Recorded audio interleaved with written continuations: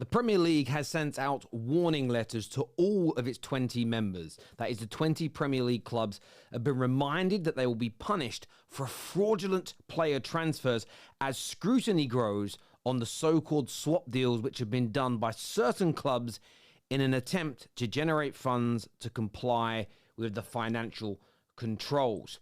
We, of course, have seen Chelsea and Aston Villa complete deals with one another, which has led to some fans of rival clubs questioning the validity of these transfer deals. Are they really buying these players because they truly want them, or is this an attempt to circumvent, find loopholes and holes in the system to ensure that if they do break rules, if they do lose money, if they should face punishment for working outside the rules, they found a way of manipulating the system to get things back on track? That is the accusation. It's not my opinion before anybody gets angry in the comment sections, but the fact the Premier League have sent this letter out to EPL clubs, we must discuss it. Now hit the like button, make sure you're subscribing. I want all your views and opinions in the comment section below.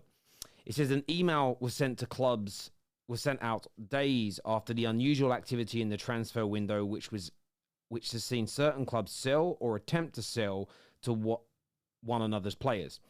It has been identified in some cases as an attempt to add book value before the end of the financial year on Sunday in order to comply with the profit and sustainability rules. The Premier League legal team has warned clubs that its department is looking for issues of concern around whether deals represent good faith, arm's length transactions over $1 million. It has the power to request from the clubs details on how the negotiations took place, including correspondence externally and internally and any other documentation.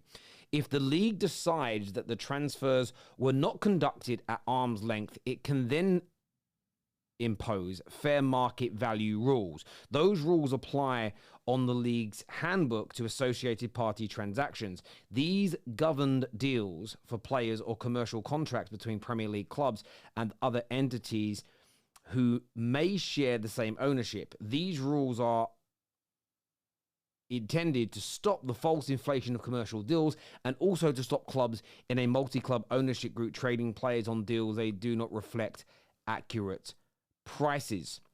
Aston Villa are one of the clubs who could fall under scrutiny. They have signed the Everton striker Lewis Dobbin, who's 21 years of age, for 10 million.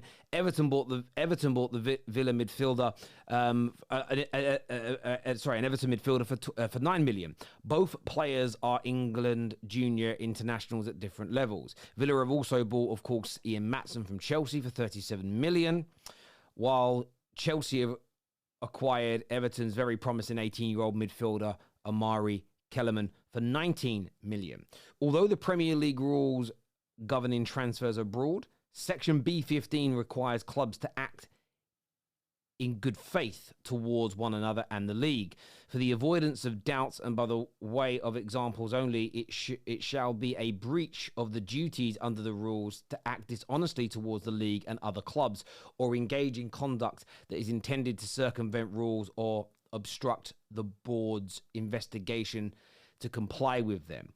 And what's really interesting, at the moment, they're not actually going to any one club directly.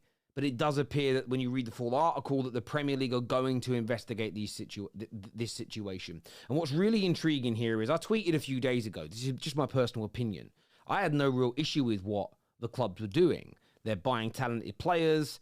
They are complying with the rules as far as I'm concerned. As far as I can see, they're complying. They're not creating fake sponsors, as has been accused to a number of clubs in the Premier League, that there is no accusation that the owners are pumping money in via a vehicle they shouldn't. There is no allegation that these transfers are being made through third-party payments on offshore banking. All of these are flagrant disregards for the rules. Trading amongst each other, in my humble view, should be absolutely acceptable. Where, though, I understand the challenge, so this is where I'm being objective as opposed to subjective on my opinion, is if these deals all fall short of the smell test in the short term and in real time.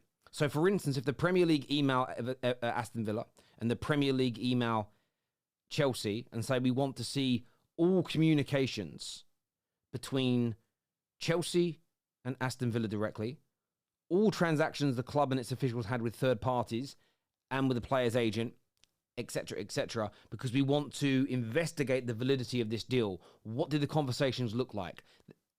How did you approach each other? Because I suppose what they have to rule out is, and it would never be done in this basic way, but let's say it was, WhatsApp messages between a very senior club official at both clubs saying, look, we really want a left back. We'll pay you this amount for him if you give us 20 million back for this player here. That way we can both get what we want. We can both avoid PSR problems. And at the end of the day, if you don't really want that young player, you can probably send him out on loan and sell him in 12 months, sell him in 18 months, and maybe even make a profit on that yourself, etc. They need to make sure that no insidious conversations have taken place. And that kind of makes sense. I can understand why the Premier League wants to do that. Doesn't mean there's anything illegal. Doesn't mean anyone has broken any rules, but I understand why they want to do that. Now, it's interesting to see how clubs comply with that. If clubs are willing to, again, if it's literally the sporting director at Chelsea says, I really want Kellerman. I'm so desperate for Kellerman. And he can show the initial communication. He can show internal notes from meetings saying, this is who we discussed and this is who we approached. We went to the agent first. Then they've got nothing to worry about. It will pass the smell test. Personally, I don't think anybody has circumvented the rules. I don't think this is even a loophole. I wouldn't call it that. But it almost feels like the Premier League is reacting to the fans' outcry and some of the media outcry about these particular transactions and deals that have gone on. So look, it does feel to me like the beginning of a new investigation for the Aston Villas, for the Evertons, for the Chelseas. But it is an investigation that I think the Premier League has to do. And this is what should be going on the whole time. I don't want to be disrespectful to Manchester City, but can we just paint a hypothetical picture for a moment that they have broken the rules? And I need to do this to make my point make sense. As much as they would be the guilty party, if indeed they've done it, what would frustrate me is why didn't the Premier League have rules in place, checks and balances? Why isn't it doing spot checks and investigations into deals and sponsorship deals ahead of time to ensure nothing like this ever gets to the potential size of this Man City case? They need to look at these deals now to rule out any problems, because if they don't and just leave it, and there is some dodgy behaviour, once a number of clubs have got away with it, everybody starts doing it. And suddenly a very small stone that starts rolling down a snowy mountain can become an absolute avalanche. And you need to protect against that. It's important for football at large.